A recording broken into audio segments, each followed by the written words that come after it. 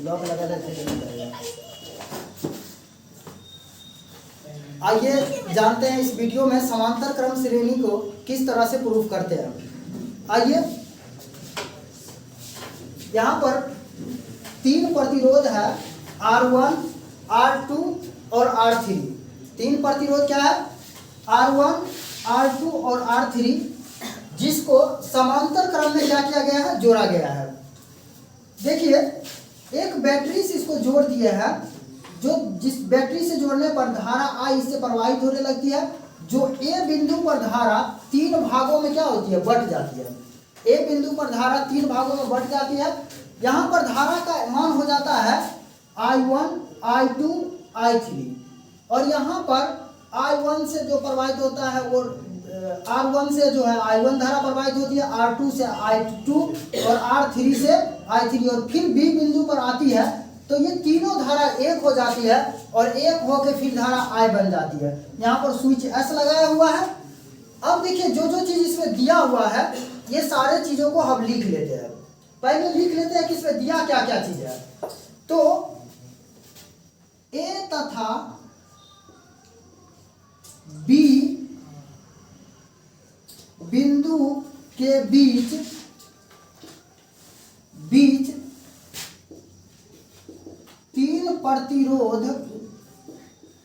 3 प्रतिरोध R1, R2 तथा R3 को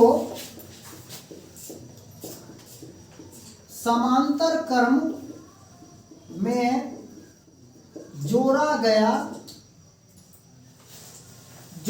है। ठीक है, लिख लिया क्या कि यहाँ पर A तथा B बिंदु के बीच 3 प्रतिरोध R1, R2 और R3 को किस क्रम में जोड़े हैं? समांतर क्रम में जोड़े हैं। अब यहां से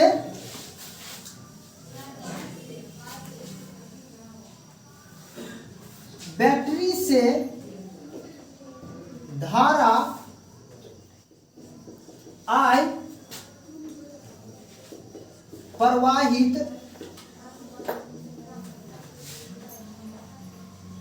हो रही है, जो बिंदु A पर 3 भागों में बट जाती है।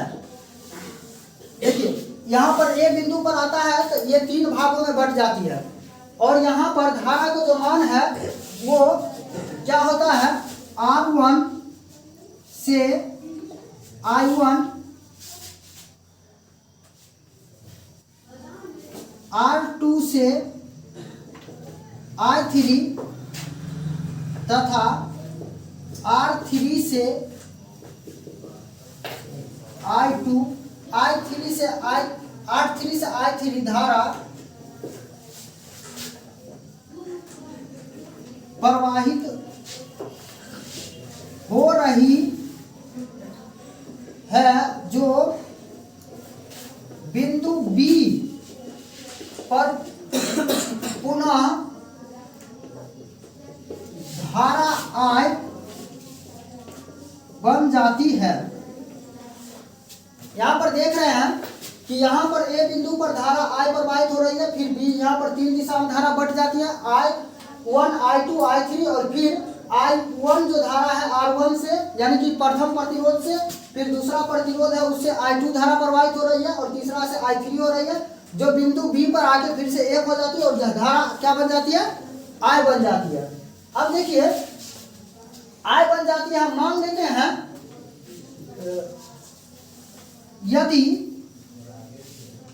यदि A तथा माना यदि A तथा B बिंदु के बीच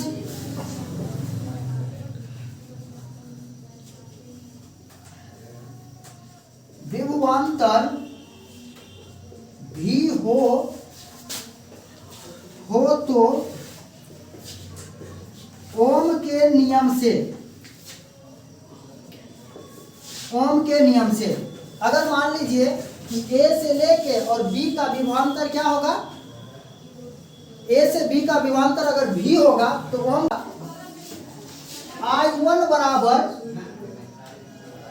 V बट्टा R1, क्या हो जाएगा, V बट्टा R1 ओम का नियम से हो जाएगा। फिर I से, तो I2 से जो धारा होगा वो I2 बराबर हो जाएगा V बट्टा R2, और I3 से हो जाएगा I3 बराबर V बट्टा R3। इतना हो जाएगा।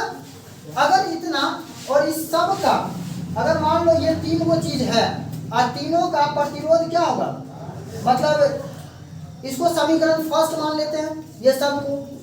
अगर इस सब का यदि A तथा B के बीच धारा I हो तो बताओ, अगर A और B के धारा, A और B के बीच के धारा I प्रवाहित होगी तो क्या लिख देंगे, बताओ तो क्या लिखेंगे, I बराबर V बट्टा R1 प्लस V बट्टा R2 प्लस V बट्टा R3।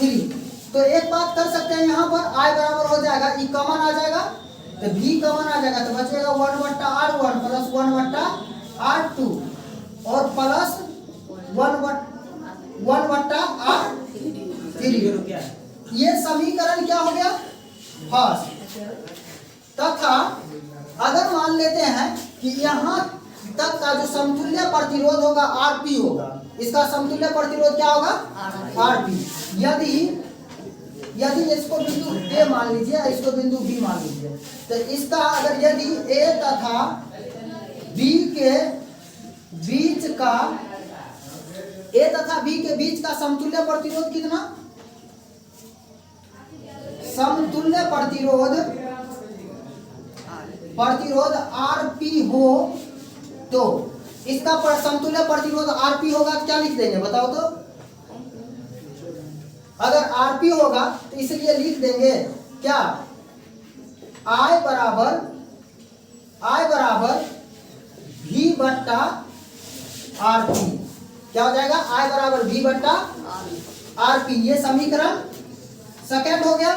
अब ये समीकरण सेकेंड हो गया तो ये समीकरण फर्स्ट E भी I के बराबर है और E भी I के बराबर है, तो समीकरण फर्स्ट तथा सेकेंड से, समीकरण फर्स्ट तथा सेकेंड से, तो फर्स्ट क्या है, तो E भी I के बराबर है, E भी I के बराबर है, तो इतना बराबर इतना, यानी कि V बट्टा RP बराबर V इंटू 1 बट्टा R1 प्लस 1 बट्टा R2 प्लस 1 बट्टा R3। V से भी कैंसिल हो जाएगा, इसलिए क्या बच जाएगा, 1 बट्टा RP बराबर 1 बट्टा R1 प्लस 1 बट्टा R2 प्लस 1 बट्टा R3। ये जो निकला ये हमारा समतुल्य प्रतिरोध हुआ। यही प्रूफ करना था समांतर क्रम में। थैंक्स, मिलते हैं अगले वीडियो में।